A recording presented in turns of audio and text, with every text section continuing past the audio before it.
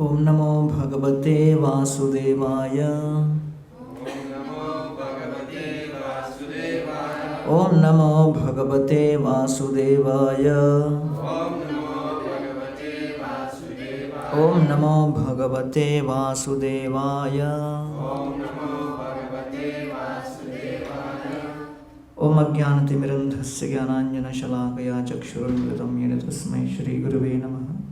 Namo Om Vishnupadaya Krishna Pristhaya Bhutale Srimate Bhaktivedanta Swaminiti Namine Namaste Saraswati Deve Gauravani Pracharini Nirvisheshi Shunyabadi Paschatya Deshtarini Jai Sri Krishna Chaitanya Prabhu Nityananda Shri Advaita Gadadhar Shivasadi Gaura Bhakta Vrinda Hare Krishna Krishna Krishna Hare Hare Hare Ram Ram Ram.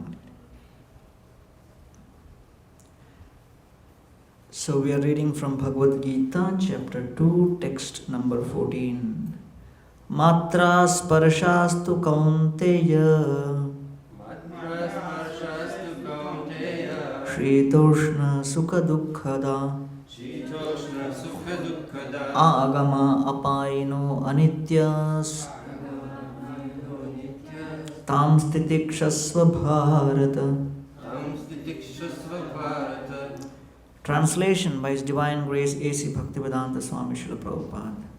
O son of Kunti, the non-permanent appearance of happiness and distress and their disappearance in due course are like the appearance and disappearance of winter and summer seasons. They arise from sense perceptions or sky of Bharata, and one must learn to tolerate them without being disturbed. Purport by Srila Prabhupada. In the proper discharge of duty, one has to learn to tolerate the non-permanent appearances and disappearances of happiness and distress. According to Vedic injunction, one has to take his bath early in the morning, even during the month of Magh. It is very cold at that time, but in spite of that, a man who abides by the religious principle does not hesitate to take his bath. Similarly, a woman does not hesitate to cook in the kitchen in the months of May and June, the hottest part of the summer season. One has to execute his duty in spite of climatic inconveniences. Similarly, to fight is the religious principle of the Kshatriyas, and although one has to fight with some friend or relative, one should not deviate from his prescribed duty. One has to follow the prescribed rules and regulations of religious principles in order to rise up to the platform of knowledge, because by knowledge and devotion only one can liberate himself from the clutches of Maya illusion. So Hare Krishna, and welcome to this evening session on the Bhagavad Gita. This particular verse is a very critical verse in the Bhagavad Gita. It describes the glories of the quality of tolerance. Tolerance, or in Sanskrit it is called Sahishnuta. So the setting is the battlefield of Kurukshetra. Arjuna, the world conqueror, is standing there completely confused, bewildered, having no idea what to do, because he doesn't seem to be convinced about the purpose of his battle. So Krishna is speaking the Bhagavad Gita to Arjuna to convince Arjuna about the purpose, the need for the battle. Therefore, a very important aspect of performance of duty is we should be convinced of the need. We should be convinced about the purpose of what we are doing. And to the extent the purpose of our activity is convincing, to that extent we will have the strength and the ability and the inspiration and the resilience to overcome obstacles and roadblocks which inevitably come in our journey. Therefore, Krishna is speaking to Arjuna this transcendental sound vibration. Arjuna, in spite of all of his conquests in the world before, in spite of all of his strings of successes, in spite of all the favorable blessings he has received from his martial gurus, is now put by Krishna in a state of total confusion. Arjuna does not want to fight. So when one has the skill to fight but does not have the will to fight, when one has the skill to work but does not have the will to work, then the psychologists and psychiatrists call it a state of depression. So Arjuna had the skill, but he lost the will. So therefore, the Gita was spoken to reignite the will within Arjuna, with the right purpose. Therefore, one of the first antidepressants in history is the Bhagavad Gita. It's a book of knowledge. It's a book of transcendental wisdom.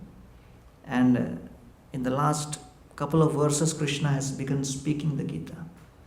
And one of the first verses Krishna speaks is Ashochanan vasochastvam pragyavadamscha bhasate gatasun agatasunscha nanu shochanti pandita. Arjuna, you are lamenting unnecessarily. Those who are wise lament neither for the living nor the dead.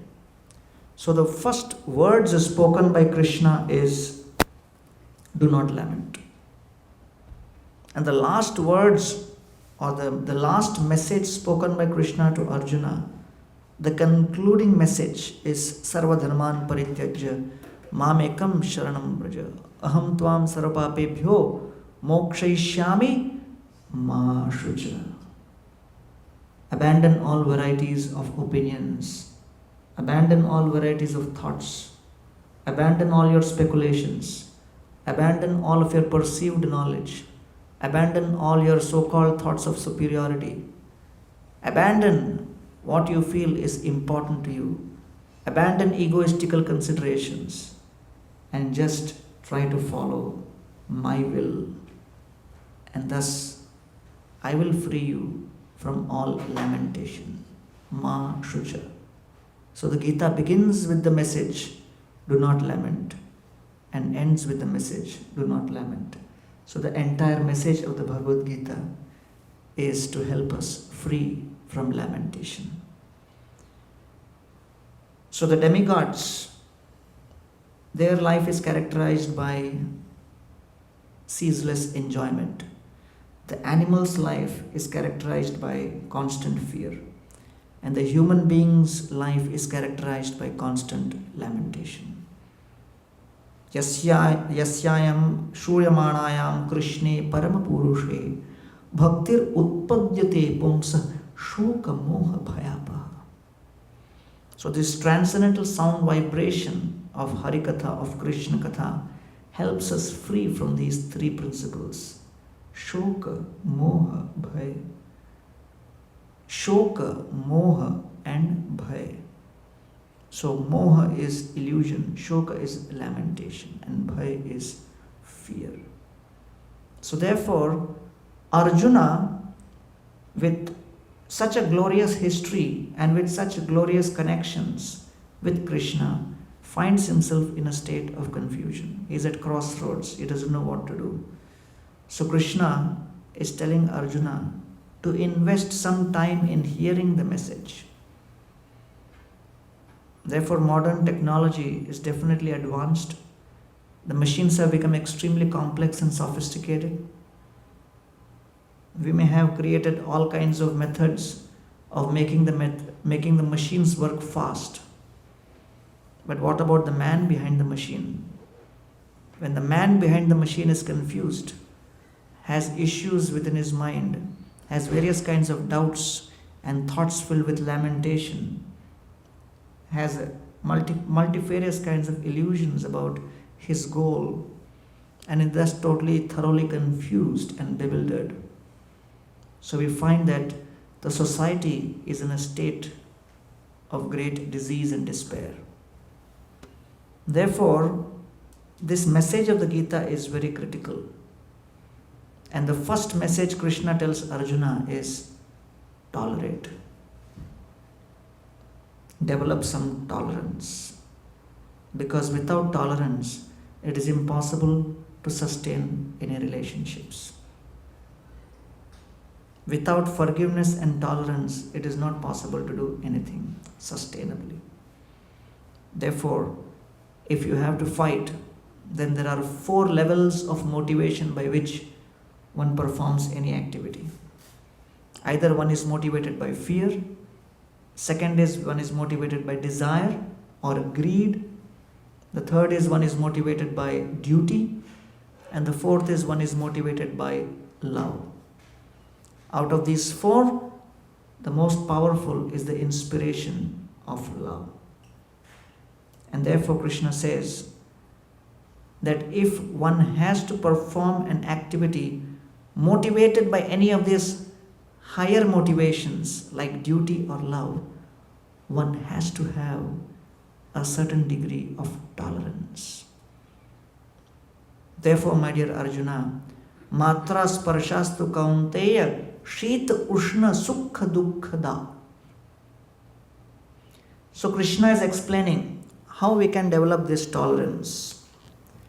What is the secret of developing tolerance? Very beautifully Krishna is explaining. We feel distressed because we have expectation that every interaction which the senses have with the sense objects should produce pleasure. So we have 5 senses: eyes, ears, nose, tongue, and sense of touch. So with these 5 senses come the 5 sense objects. With the eyes come form, with the nose comes smell, with the ears comes sound, with the tongue comes taste, and with the skin comes the sense of touch.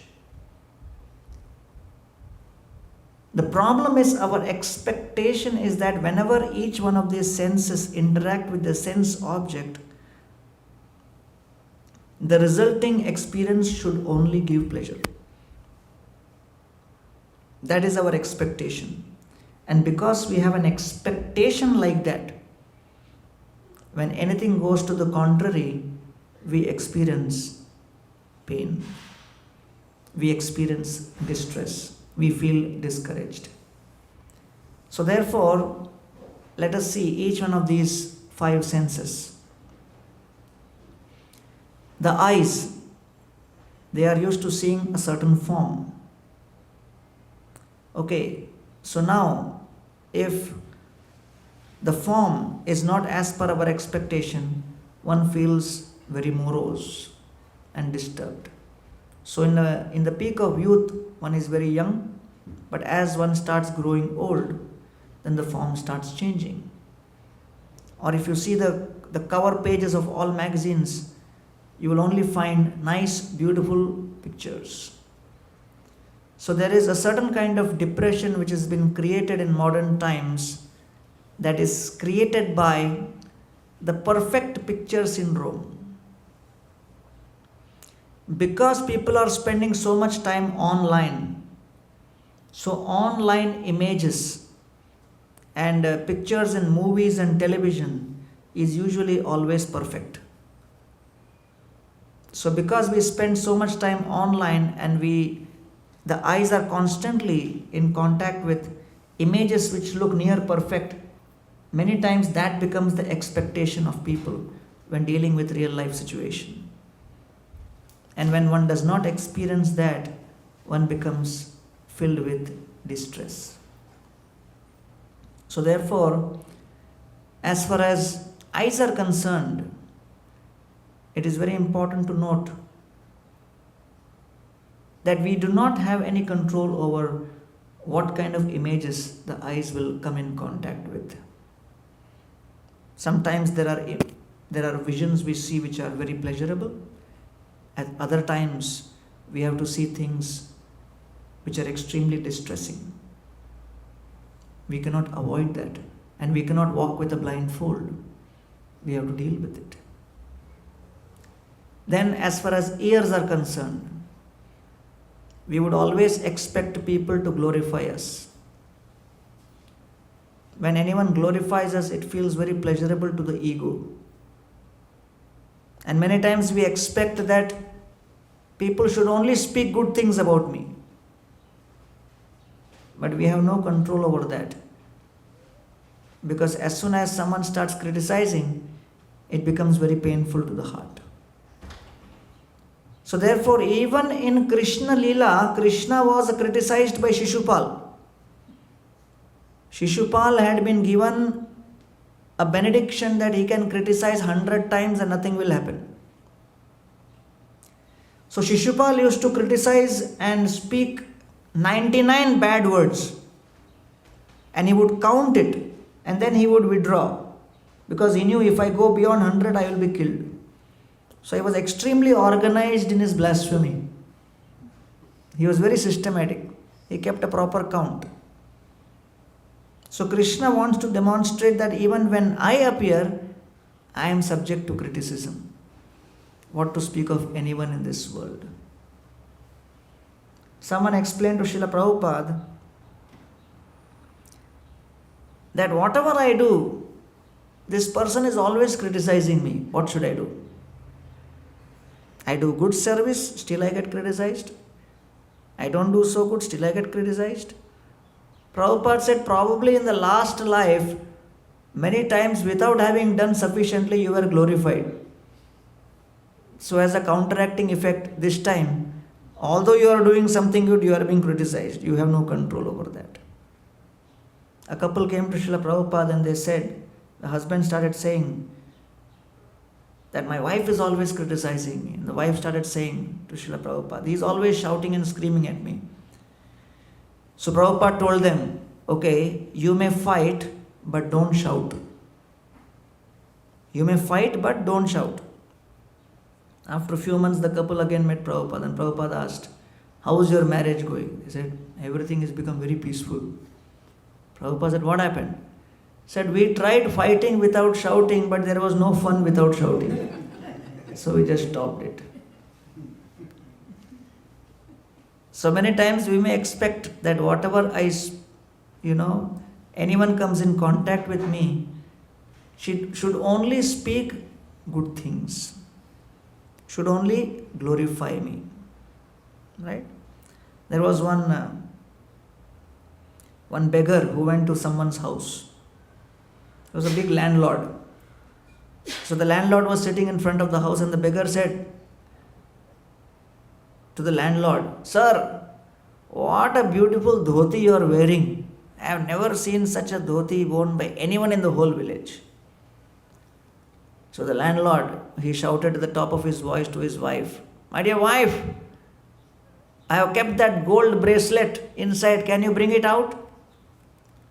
So the beggar was in ecstasy. He thought, wow, this is great. He said, sir, what a garden you have created in front of the house. In the whole village, no one has a garden like this.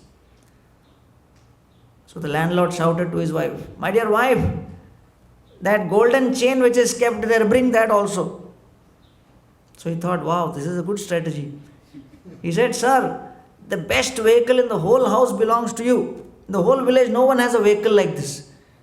This guy shouted, oh, my dear wife, I have kept that bundle of 1 lakh rupees inside.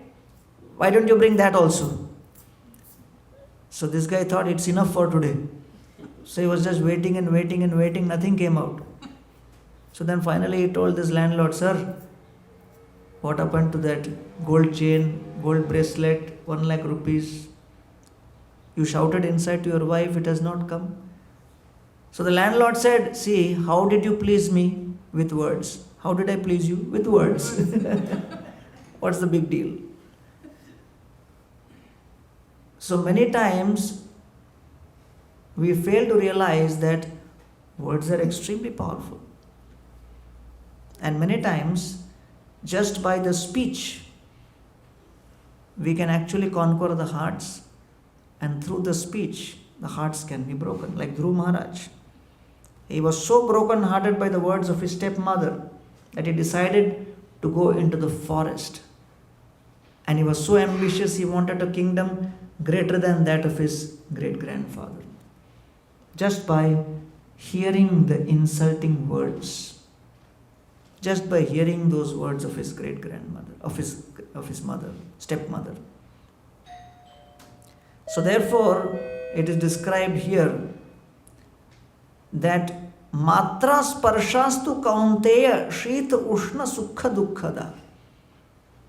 How the words will give pleasure or the words will give pain, we cannot ascertain so easily. It is not possible to come to a conclusion that yes, our interaction will only produce pleasure. He will only speak, she will only speak things which are good for me. No. So then as far as tongue is concerned, whatever comes in contact with the tongue, also it may produce either pleasure or it may produce pain. Sometimes we look at an item, just like in, they were celebrating a Narsingh Chaturdashi in one of the temples many years ago. One devotee was telling this story. And they had made a huge carob cake. And it was being offered to Lord Narsingadev. So, afternoon Aarti was going on full swing. Everyone was jumping up and down, Jai Narsingha, but their eyes were all on that cake also. Because it looked so delicious. And everyone, quickly wrapped up the kirtan and then went in for prasadam. They sat down and they were all looking at that cake. It was, as they say, the icing on the cake. So they cut into pieces and they started distributing. And the first guy picked up the piece of cake and tasted it. The cook had made a blunder, forgot to put sugar in the cake. So the cake looked delicious, but had no taste at all. But because he had contemplated on having a great experience by tasting that cake for such a long time, for full last 1 hour of the Aarti, they were looking at the cake only. They couldn't accept that it cannot give pleasure. So he thought, I have bitten the cake from a wrong side. He turned the cake over and tried to taste from another side. Will the taste change? So then, still, denial was strong. So he put the cake down, thinking that the timing was not right. Probably I should try after some time. But if the main ingredient is missing, how can it give any pleasure? Right? So like that, as far as every contact with the sense is concerned, it has the potential to give misery. And that's what Krishna says in Bhagavad Gita, Yahi samsparsha ja bhoga dukkha yonaya evate adyantavanta kaunteya natershu ramate buddhaha. The temporary appearance of happiness and their disappearance in due course, as Krishna says here, matra sparshastu kaunteya. So Krishna says, Yahi samsparshaja. When the senses contact the sense objects, then in due course of time it produces misery. And therefore, intelligent person knows this. And therefore the art of tolerance is centered around this understanding that yes, in due course of time, I am simply going to experience this distress. It is not that every interaction will only produce joy. So when you are aware, when you are fully informed, and you are always expecting that any sense interaction can either produce joy or distress, then that gives you the ability to deal with the situation when it arises. Jai Shri Gauranga Ki. So, Srila Prabhupada was on a morning walk, and this was in Venice Beach in Los Angeles. And as they were on a morning walk, they suddenly looked into the ocean side, and the devotees told Srila Prabhupada, Srila Prabhupada, the ocean looks so beautiful. And Prabhupada said, yes, the ocean looks beautiful from a distance. When you go near the ocean will drag you and then drown you. And we were in Jagannath Puri many years ago. So some of you may know that Jagannath Puri has one of the very wild ocean. The current is very wild in the Jagannath Puri. And we had gone for a yatra with around 2,000 devotees were there. And His Holiness Radhanath Maharaj was swimming inside, and he was not coming out for a long time. And then his servant went in and asked, why you are not coming out? And he said, the ocean has taken away my gamcha, the towel. So how can I come out? So we went and fetched another gamcha and gave it to him, and then he came out. And he said that when I entered the ocean, I was a Gaudiya sannyasi, and I would have come out as a Naga Baba. The ocean current is so strong, it just pulled everything away. And then one of the devotees, we were warning him, don't go inside, don't go inside. He said, Arey, nothing will happen to me. I am born next to the ocean. We are old friends. Don't warn me about anything. So he went deep inside, and then the ocean started dragging him. He realized he's drowning. He raised his hands and he started asking for help. Devotees thought he's saying Hari Bol. So they also put their hand up. But then someone saw that, he's looking terrified. They went in, caught hold of him and brought him out. And then we took out the water from his stomach and asked him, in spite of the warning, why did you go in so much? He said, I have always done it. Nothing has ever happened. How do I know that today I will get trapped? That is how material energy deals with. She'll lay the trap gradually. So we think, okay, nothing has happened now. Let me take one more step. Nothing has happened now. Let me take one more step. And then one will be caught and trapped. So therefore, in this particular verse, Krishna is saying, Matra sparshastu kaunteya shita ushna sukha dukkha da. When the senses interact with the sense objects, sometimes it will be hot, sometimes it will be cold. Sometimes you will get happiness, sometimes you will get distress.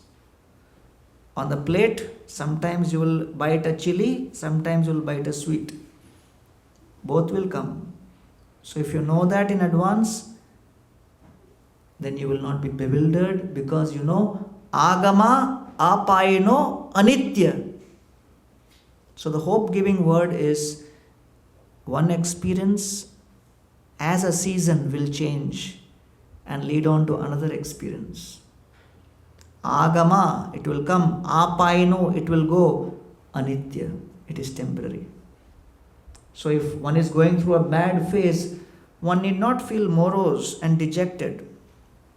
One need not lose hope, because one should have full faith. This phase will also pass. This will also come to pass. So the temporary and the circular nature of this should give us hope. That yes, one will go through this experience of happiness and distress. Tan titikshasva bharata. With the foundation of this knowledge, one will have the strength to tolerate. When one knows that it's pouring heavily, but no, tomorrow it may be a sunny day, or after a month the sun will shine, the season will change. The season of happiness will go, the season of distress will come, the season of distress will go, the season of happiness will come. But my goal of life is beyond this happiness and distress.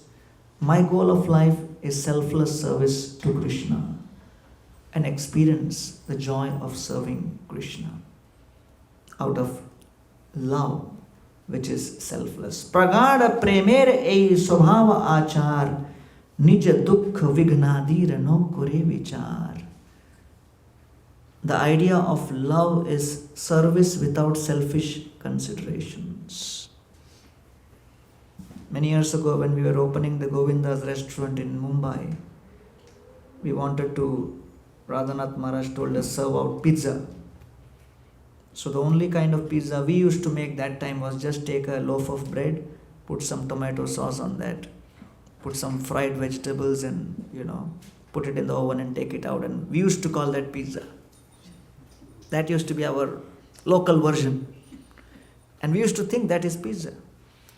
So then we told Maharaj, even when you are opening a Govinda's restaurant, I don't think that's a very good item for sale. He said, you are referring to which pizza? We said, that one which we make on a regular basis. And Maharaj said, that is not pizza, that is a perverted reflection of pizza. So the real item is something totally different. So many times the movies speak of love, the novels speak of love, and the Bhagavatam and Chaitanya Charitamrita speaks of love. So is it all the same thing? No. Nija dukkha vignadir no kore vichar. In every relationship, in every activity, in every performance of duty, there will be 4 experiences: scarcity, impediment, discomfort, and unhappiness. At that point, there is a test whether our relationship is based on selfishness or selflessness. When we experience scarcity, when we experience impediment, when we experience discomfort and unhappiness, our commitment and determination to continue on in that relationship is severely shaken and tested. Then we have the opportunity to make a point. If we are really selfless and we are not concerned with fulfilling our own selfish desires, then we continue on in spite of all those impediments and difficulties. And that is what is called love.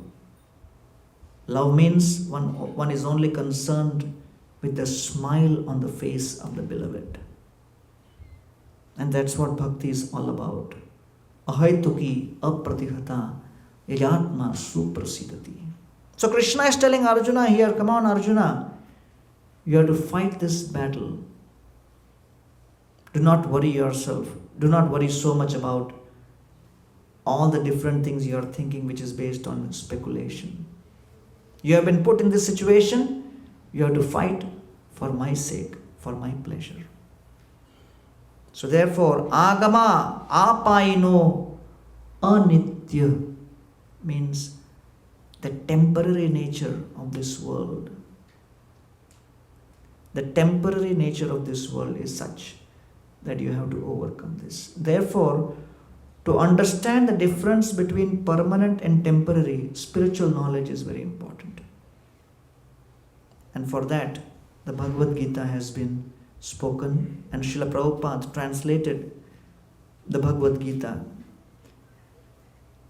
And Srila Prabhupada spent a lot of his quality time translating and giving purports to his books, and he said the books are the basis. And because these books have been written so clearly, so succinctly, people who come in contact with these books understand what's the difference between knowledge and ignorance. Just like there was this boy in Brazil, he had a great desire to tattoo both his arms. So he wanted to tattoo with some Sanskrit shloka because he had seen the Sanskrit script. His father had purchased some, Bhagavad Gita a long time back. So he picked out the Gita from his library. And then he thought, let me pick out the 2 best shlokas. Because he said, my friends will ask me, what is the meaning of what I have written? So I should be at least able to explain to them. And the meaning has to be really cool. Otherwise, what's the point of tattooing this? But to understand which are the 2 best shlokas, I have to read through the whole Gita. So he read through the whole Gita to pick out the 2 best shlokas, and in the process of reading the Gita, Krishna tattooed his heart. He got transformed. And then he became a devotee. Because this knowledge is so powerful. Because this takes us beyond the realm of temporary happiness and distress, pain and pleasure, sense perception. It just puts in touch with the eternal spiritual reality. Agama apaino anitya tantiti kshasva bharata. So therefore, this is a very important point. Just like I was distributing Bhagavad Gita in the local trains, and one gentleman I showed the Gita and he said, oh, this Bhagavad Gita, my father has 1 copy. My grandfather had 1 more copy. I have already 2 copies. So I said, still you keep one? He said, no, I don't want.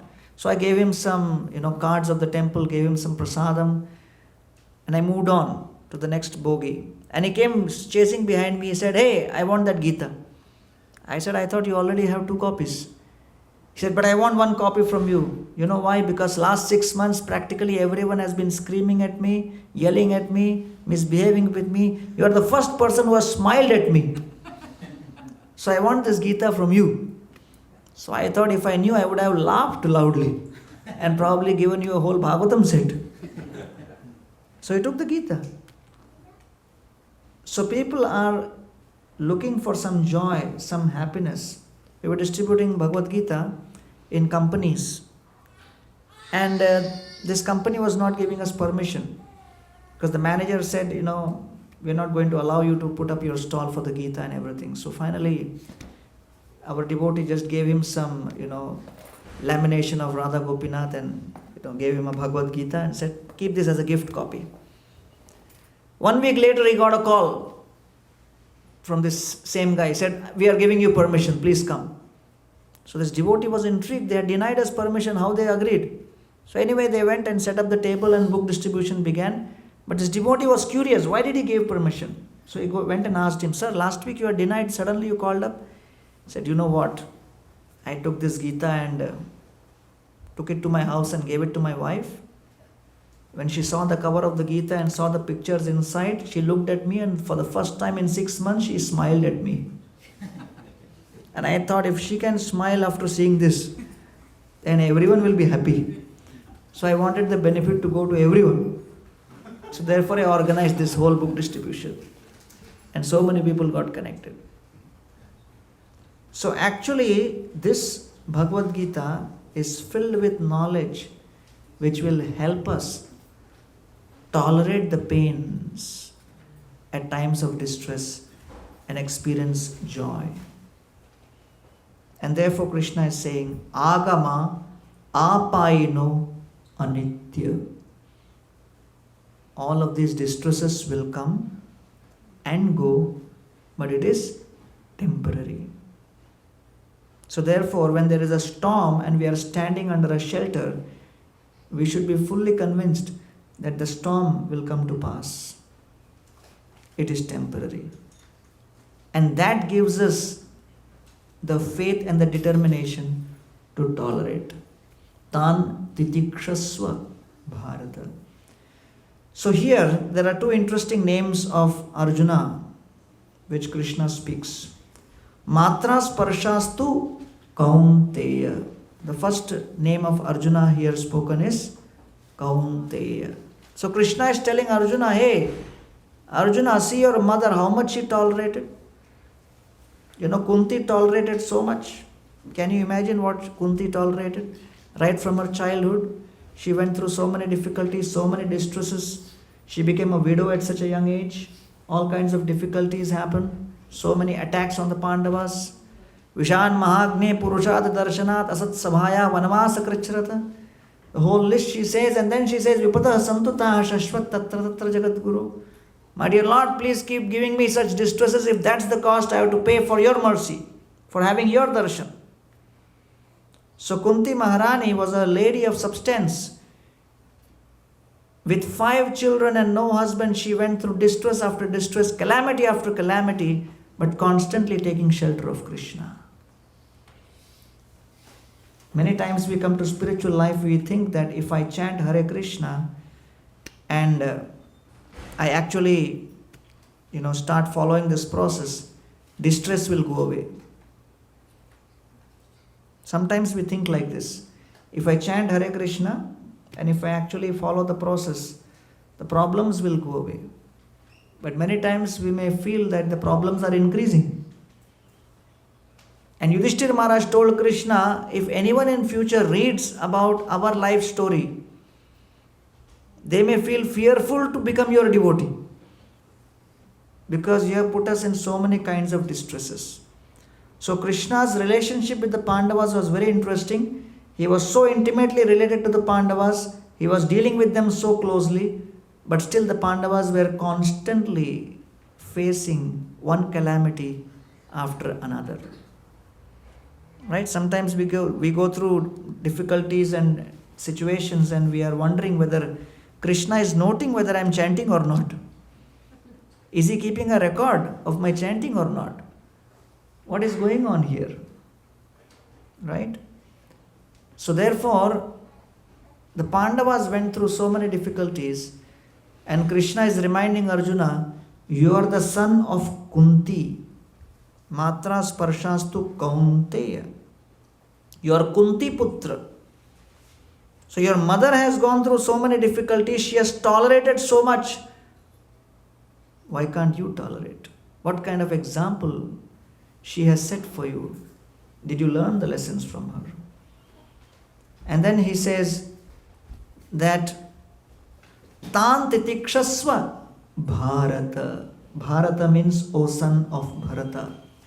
You are coming from such a noble descent. You are coming from such royal ancestry. They have tolerated so much in the past. Why can't you tolerate in the course of achieving this victory? So therefore we should know that modern education focuses a lot on skill, developing skills. So Krishna, through the Bhagavad Gita, is helping us develop the right will. So once we have the right combination of skill and will, only then we can attain the success. When I was a student at IIT, one of my friends, he tried to commit a suicide. Somehow he survived because the rope from which he was hanging broke. He survived because of that. Sometimes people survive. One of my other friends drank some rat poison, he survived because it was duplicate rat poison. Another friend, he tried to commit suicide lying on the railway track and the train was 6 hours late. So he gave up. So I asked this guy, hey, why you tried to commit suicide? He said, you know what, I've always got gold medal. And this time I got silver medal and I couldn't take it. I said, come on, people are dying to get into this college and what's the big deal? He says, no, whatever it is. My mind made a big deal out of the whole thing.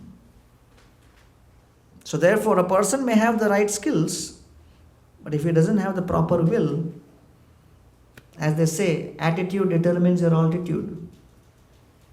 So the mind can create heaven out of hell, hell out of heaven. And in my same batch, I had 5 or 6 of my friends who failed in 3 to 4 subjects. And they were moving around the campus peacefully, blissfully, blessing everyone. Having not the slightest problem. And I asked them, hey, this guy is freaking out because he didn't get a gold medal. And you guys have failed in 4 or 5 subjects. You have no problem? They said, our philosophy of life is simple. Entering college is our duty. Taking us out of college is duty.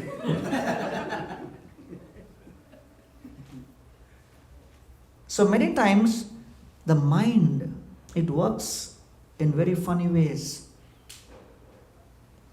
So the Bhagavad Gita is revealing that someone like Arjuna, who had such control over his actions, who had such powers of concentration, even Arjuna could be subjected to such kind of self-doubts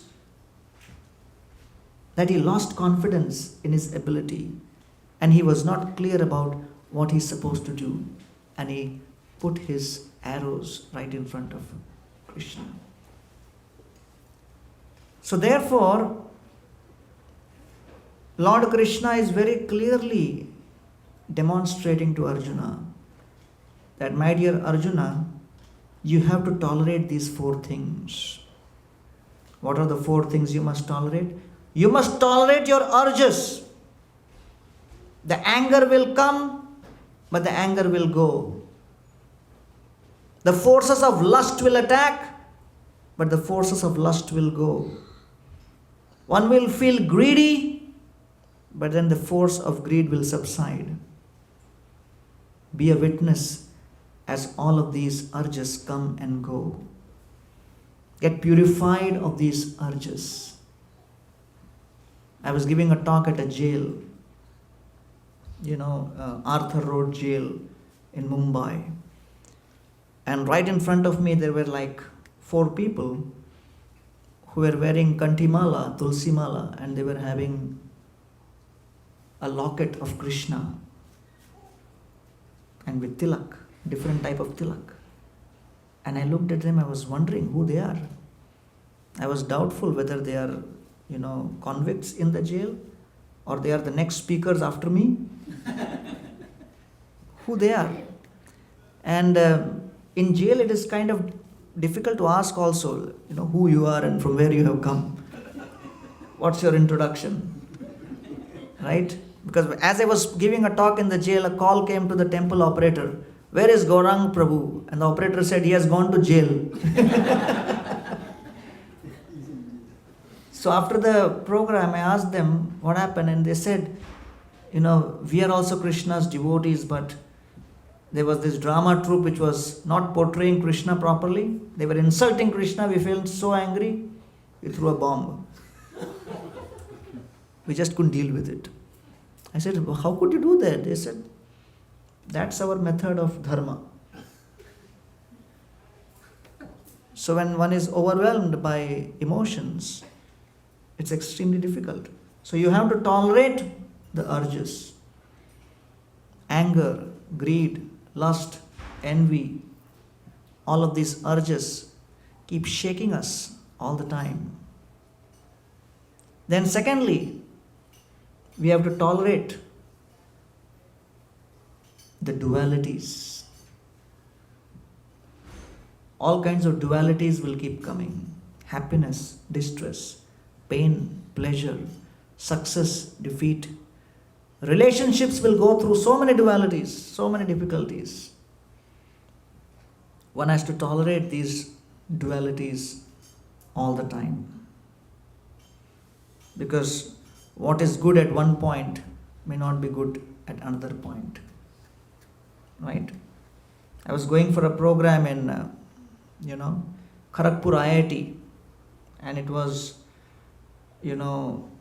I was traveling with two other friends of mine who were from Los Angeles, and as we touched down at Calcutta airport, the news came that there is Bengal Bandh. Whole Bengal is, no vehicles will move. So I thought we are not going to travel. So as I came out, they offered me garlands to me and my other colleagues. And I said, so the program is cancelled? They said, no, program is on. I said, but we have to drive 3 hours. How we will drive? Bengal Bandh. They said, we have come to pick you up in an ambulance.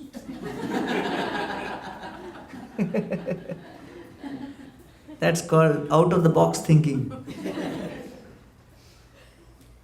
So we sat in the ambulance, and my two friends from Los Angeles, they were bewildered. They said, why are we going into an ambulance?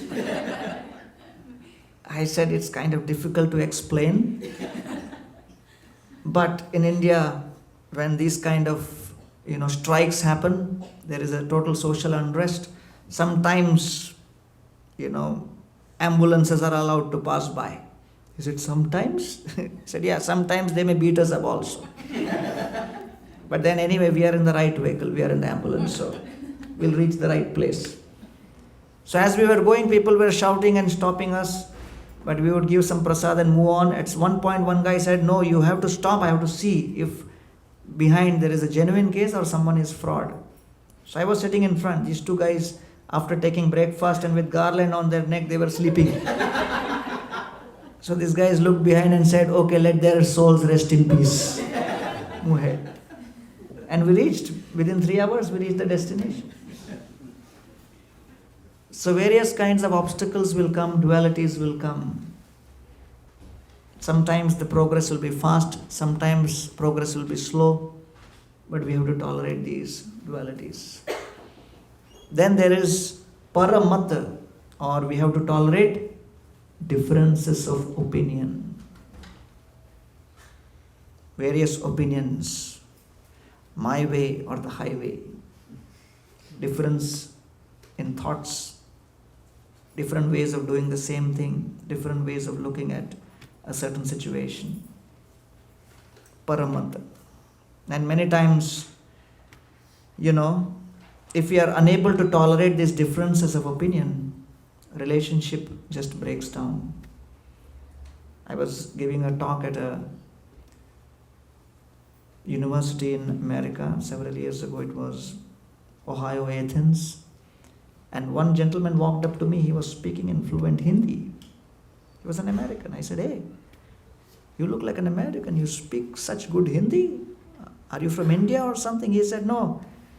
I grew up in California. My father was very wealthy, multimillionaire. He gave me everything. But When I was 17, I asked my dad, you gave me everything except one thing.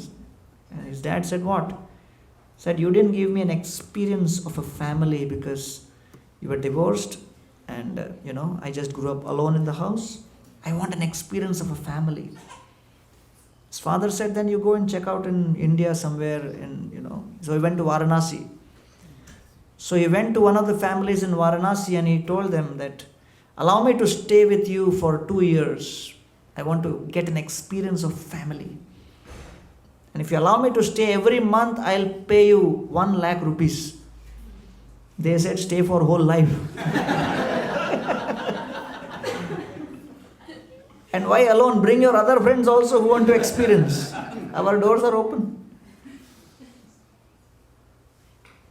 There is only one way. There is only one word which will help sustain relationships. Tolerance.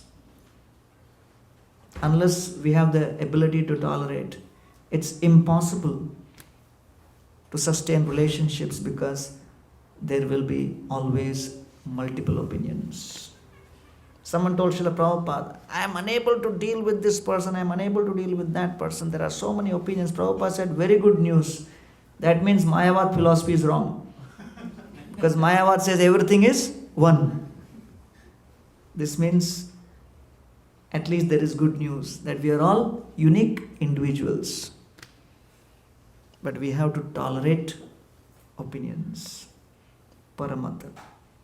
And then the fourth kind of tolerance is we have to tolerate others' success. We have to tolerate seeing our own friends superseding us, becoming more empowered, becoming more glorious, becoming more successful. And that's what Duryodhan could not do. Duryodhan means one who spent his entire life fighting for the wrong cause. And the wrong cause was making a false attempt to protect his own false ego. It is said Duryodhan would not allow anyone to carry an umbrella even in summer. Why? He couldn't tolerate even an umbrella above him. He could not allow even an umbrella take a position higher than him. So therefore he was always envious and he was always trying to fight against the Pandavas. And therefore, parokarasha sahishnuta. We have to tolerate the fact that there are millions of souls and all of them are serving Krishna in unique ways. Yat yat vibhuti mat sattvam shrimat urjitam evava. We have to see how Krishna is empowering everyone in unique ways. And without that vision, we will not be able to sustain our divinity. So these are some of the thoughts on this beautiful verse, 2nd chapter, 14th verse of the Bhagavad Gita, the art of tolerance spoken by Krishna.